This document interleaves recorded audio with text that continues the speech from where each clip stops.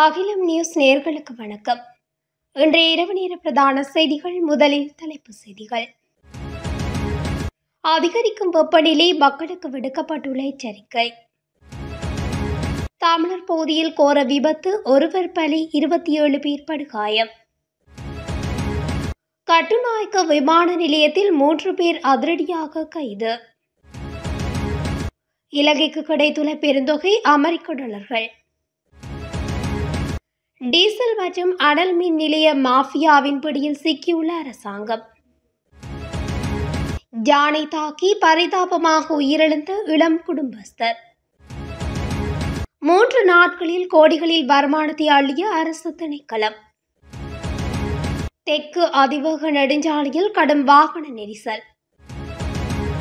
இரத்தினபுரியில் திடீரென தீப்பற்றி எறிந்த முச்சக்கர வண்டி. தொடர்வன விரிவான செய்திகள். நாட்டின் பல பகுதிகளில் நாளை மனித உடலால் உணரப்படும் வெப்பநிலை கவனம் செலுத்த வேண்டிய மட்டத்தில் இருக்கும் என எச்சரிக்கை விடுக்கப்பட்டுள்ளது. குறித்த விடயத்தினை வளிமண்டலவியல் திணைக்களம் தெரிவித்துள்ளது. அதன்படி வடக்கு, வடமத்திய, வடமேல், மேல், தென், கிழக்கு மாகாணங்களிலும் இரத்தினபுரி மற்றும் மொனராகலை மாவட்டங்களிலும் கவனம் செலுத்த வேண்டிய மட்டத்தில் வெப்பநிலை இருக்கும் என அந்த திணைக்களம் மேலும் குறிப்பிட்டுள்ளது. இதேவேளை நாளை மேல் சப்ரகமுவ, மத்திய, தென் மற்றும் ஊவா மாகாணங்களிலும் அம்பாறை மற்றும் மட்டக்களப்பு மாவட்டங்களிலும் பிற்பகல் அல்லது இரவு நேரங்களில் மழை அல்லது இடியுடன் கூடிய மழை பெய்யக்கூடும்.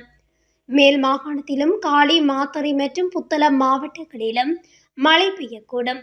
சப்ரகமுவ, மத்திய மற்றும் ஊவா மாகாணங்களிலும் பொலனறுவை மாவட்டத்திலும் சில வேளைகளில் மூடுபனியுடன் கூடிய வானிலை எதிர்பார்க்கப்படலாம் என வளிமண்டலவியல் திணைக்களம் அறிவித்துள்ளமை குறிப்பிடத்தக்கது.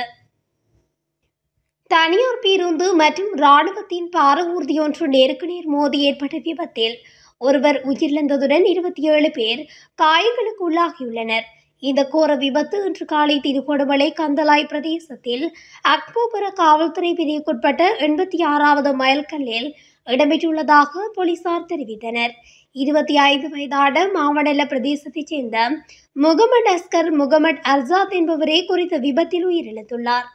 கண்டி மாவடல்ல உயர்ந்த பகுதியில் இருந்து 26 உள்ளூர் சுற்றுலா பயணிகளுடன் திருகோணமலை நோக்கி வந்த தனியார் பேருந்து ஒன்று திருகோணமலையில் இருந்து தென்பகுதியை நோக்கி சென்று கொண்டிருந்த இராணுவத்தினரின் பாரமூர்த்தி ஒன்றுடன் நேருக்கு நேர் மோதி இந்த விபத்து ஏற்பட்டுள்ளது. காயங்களுக்குள்ளானோர் கந்தளாய் மற்றும் திருகோணமலை ஆகிய வைத்தியசாலைகளில் சிகிச்சைக்காக அனுமதிக்கப்பட்டுள்ளதாக தெரிவிக்கப்படுகின்றது.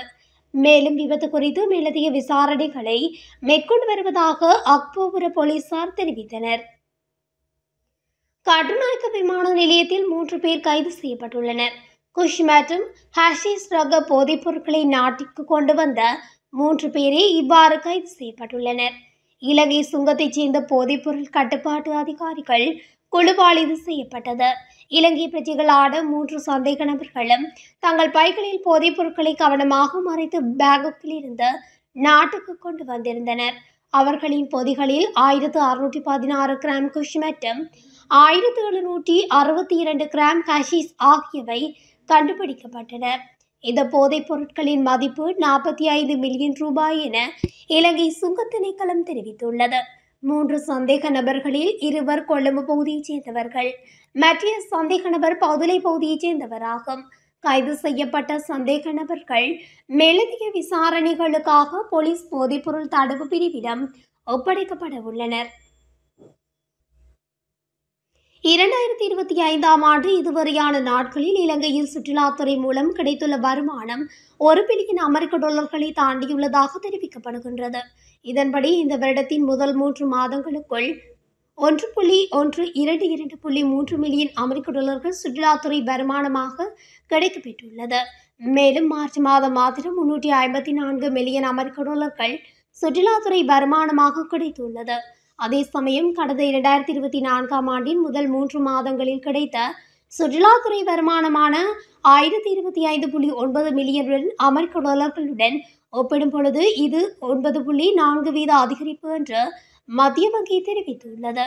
சுற்றுலா மேம்பாட்டு ஆணையகத்தின் புள்ளி விவரங்களின்படி 2025ஆம் ஆண்டின் முதல் 3 மாதங்களில் இலங்கைக்கு வருகை தந்த வெளிநாட்டு சுற்றுலா பயணிகளின் எண்ணிக்கை 7,22,276 ஆகும். தற்போதைய அரசாங்கமும் டீசல் மற்றும் அனல் மின் நிலைய மாஃபியாவின் பிடியில் சிக்கியுள்ளது என்ற எதிர்க்கட்சித் தலைவர் சஜித் பிரேமதாச தெரிவித்துள்ளார். மக்கள் சந்திப்பு ஒன்றில் கலந்து கொண்டு கருத்து தெரிவிக்கும் போது அவர் இதனை குறிப்பிட்டார். ஏற்றுமதியை ஊக்குவிக்கும் வேலைத்திட்டம் அரசாங்கத்திடம் இல்லாவிட்டாலும் நாட்டின் மின்சார உற்பத்தியில் டீசல் மின் உற்பத்தி நிலையம் மற்றும் அனல் மின் நிலைய மாஃபியாக்களுக்கு முன்னுரிமை வழங்க நடவடிக்கை எடுத்துள்ளது. காற்று, சூரிய ஒளி மற்றும் நீர் ஆகியவற்றை பயன்படுத்தி உற்பத்தி செய்யப்படும் புதுப்பிக்கத்தக்க ஆற்றலின் விலை குறைவாக இருந்தாலும் புதுப்பிக்கத்தக்க எரிசக்திக்கு அரசு கட்டுப்பாடுகளை விதித்து டீசல் மற்றும் அனல் மின்சாரம் பயன்பெறும் திட்டத்தை முன்னெடுத்துள்ளது.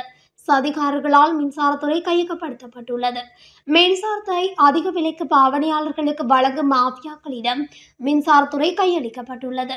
புதுப்பிக்கத்தக்க எரிசக்திக்கு முன்னுரிமை வழங்குவோம் என மேடைக்கு மேடை பிரஸ்தாபித்த அரசாங்கம் தற்போது எரிபொருள் மற்றும் அனல் மின் நிலைய மாஃபியாக்களின் அடிமைகளாக மாறியுள்ளது.